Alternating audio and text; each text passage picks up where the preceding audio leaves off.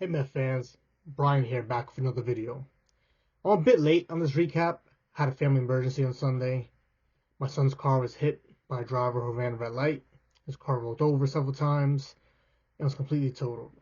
Somehow, he was able to crawl out of the car with only some cuts and bruises. When something like that happens to you or your loved ones, it kind of helps put things into perspective. For comparison's sake, the Mets are my son. It feels like they were in a car accident. They lost the Subway Series, and how we lost it, but they walked away with just some cuts and bruises.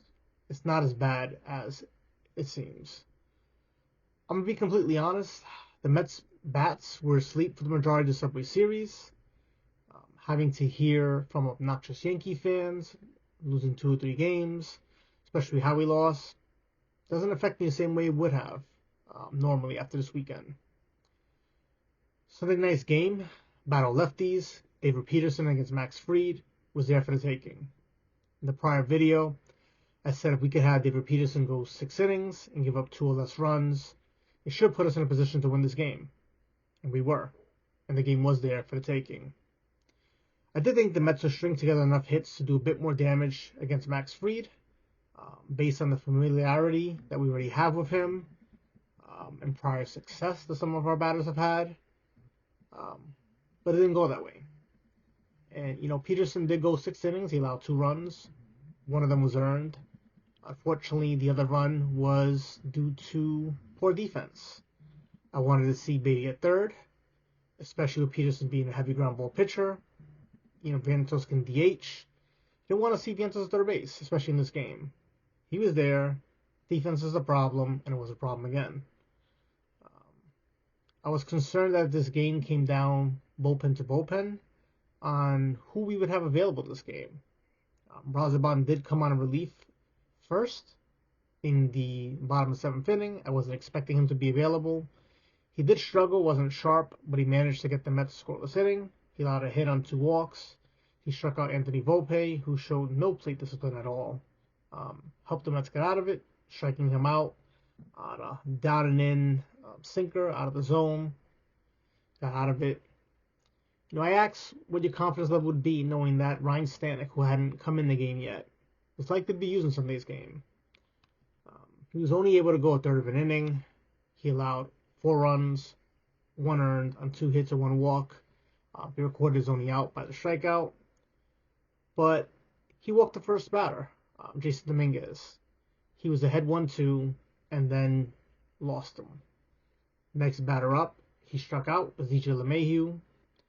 Then he got ahead of Austin Wells 1-2, and he threw him. Then he got ahead of Austin Wells 1-2 and threw him a splitter belt high right down the middle for a double. So the Yankees had runners at second and third, 1 out. And yes, Stanek did get Vivas to ground to Alonso at first, and Alonso just made a horrible throw home. The ESPN crew was too busy praising the Yankees all game long, and they made it appear as if Dominguez's speed was the main issue here. It wasn't. We all know Alonso is not very good at making throws. Don't know what was going through his mind at the moment. If he took his eyes off of where he was throwing, was looking at the runner, his feet wasn't set, he just sailed to throw wide right, wide left of the catcher, wide left of Alvarez, nowhere near him. So, that was definitely on Pete, but the whole inning, the whole loss can't be put on Pete. I think Stanek has to take a lot of this blame. Giving up the double Austin Wells, being up 1-2, is on him. Giving up a line drive to Goldschmidt after that, throwing him fastballs above the strike zone that were just flat, is on him. Genesis Cabrera then came on in relief, and he walked the leadoff batter.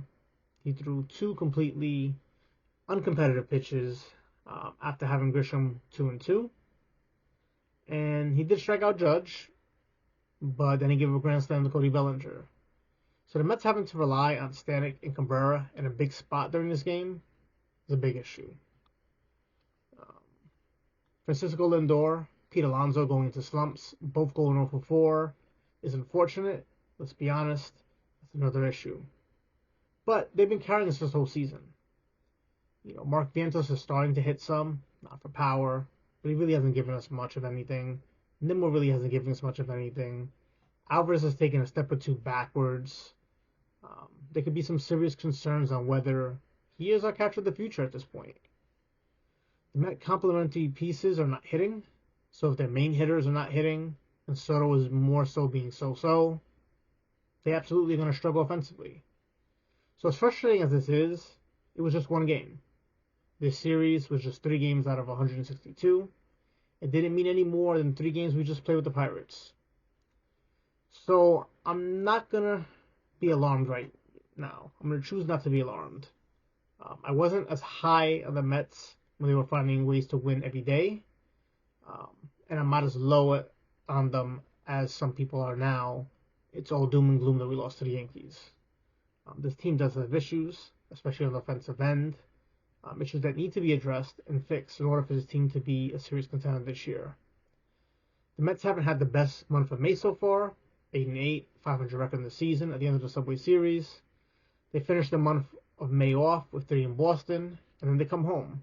9-game homestand, 3 with the Dodgers to start it off, and then 3 with the Chicago White Sox, who are dreadful, and then 2 more with the even more dreadful, if possible, Colorado Rockies. And then they get the 3rd game of that series at the beginning of June to kind of jumpstart the month of June for them. So the Mets right now, I view them more like my son. Everything was good a couple weeks ago. They were in an accident. Their car got totaled. It seems like the world's over, but it's not. They're still alive to walk about it, talk about it. Just some cuts and bruises. And yeah, they're sore right now, but it could have been much worse.